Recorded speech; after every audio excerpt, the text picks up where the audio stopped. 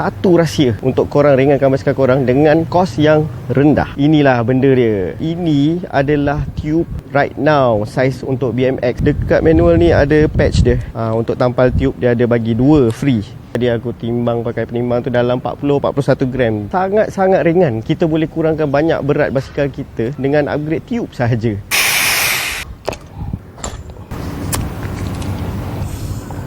Macam petak.